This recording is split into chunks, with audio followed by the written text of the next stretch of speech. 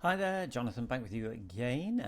Here we are. We are on day 44, which is 14th of October of our journey. So, today I wanted to talk really all about getting some fresh inspiration. So, what I want to do is I want to create um, a new landing page, a new sort of sales page to split test, just to see if I can come back to that more front end of the funnel, see if we can actually increase those conversion rates.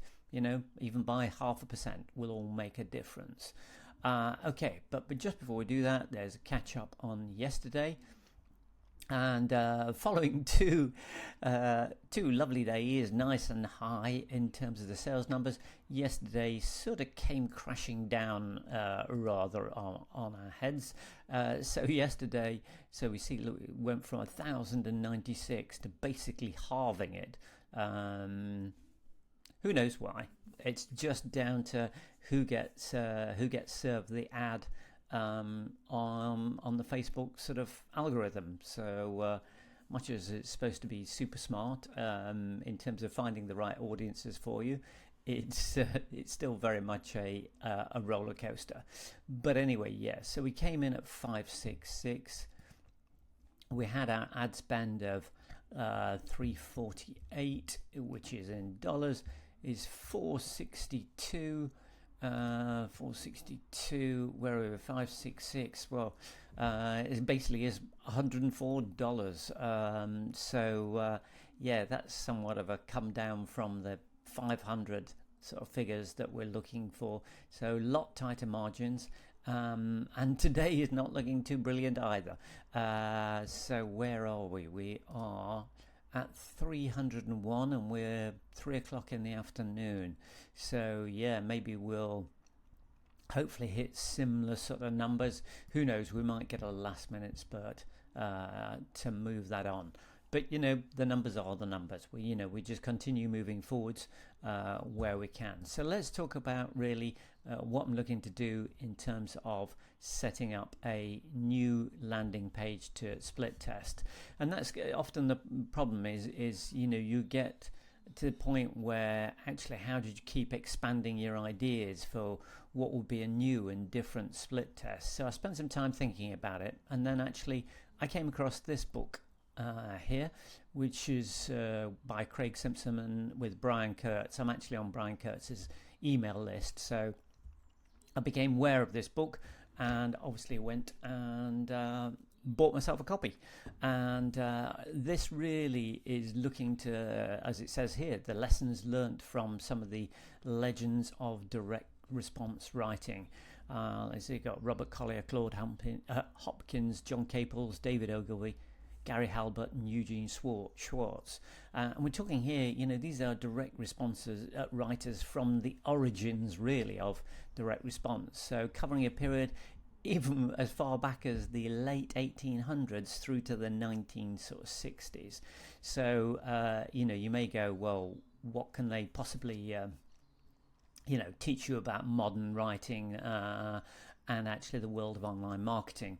But actually all the skills and the structures and the storytelling was invented by these guys, so a lot of the best, probably direct response gurus you hear of today have learned a lot of what they do basically from the likes of these writers. So, I highly recommend you do a little bit of digging and learning about some of these old masters. And one of the things you can do is go and just basically Google search their name and look for some of the swipe part files and actually start to just have a look at the structure of the messages they used. Now, obviously, some of the headlines, some of the wording may not be up to date, but the underlying structure and the underlying storytelling and how you move an audience emotionally has been around for literally, 100 years. And this actually is a prime example, because actually one example stood up. I'm only about 100 or so pages into this, but already got one great idea, and actually was this.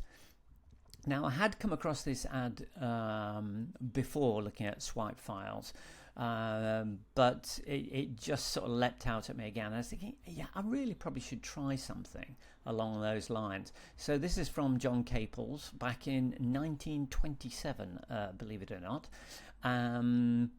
You know, and obviously it's very much musically related. This is about people learning to play the piano. Obviously I'm about learning to play the guitar.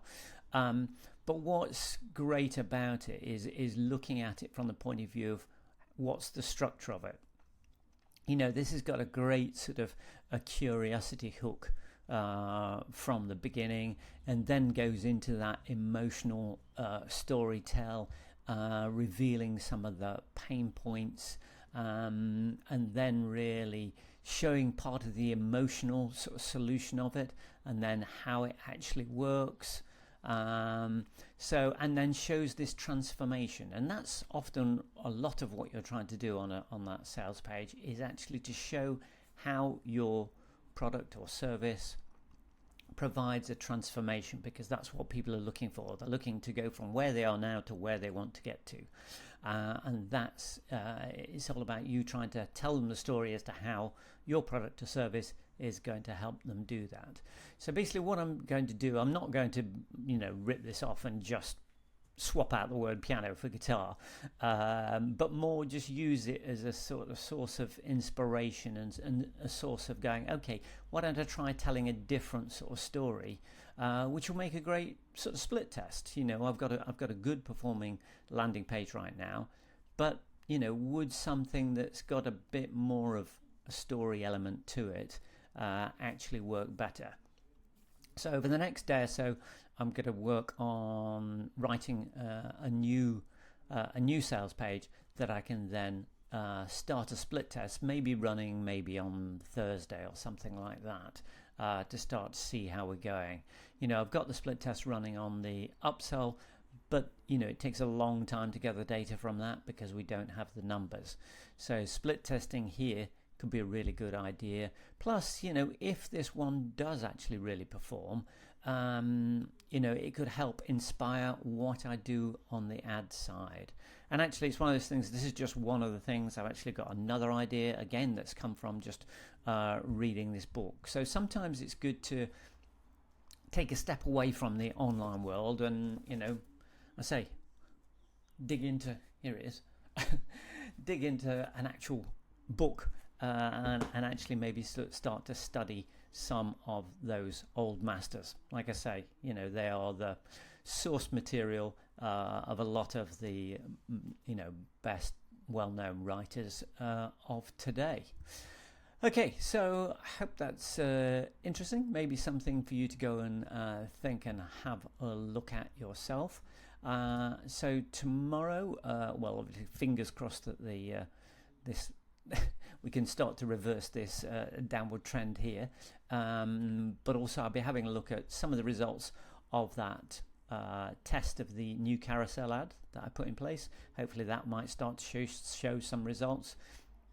And also a little bit how we've moved on with this idea of this inspiration from this, and how I show you sort of the headline, maybe just, you know, I'll be there tomorrow to have probably the headline and opening, so you can see how I've used this as an idea, but actually I've tried to move it on to be more aligned to exactly my offer. Okay, sounds good. Have a good day, and I'll catch up with you again tomorrow. Bye for now.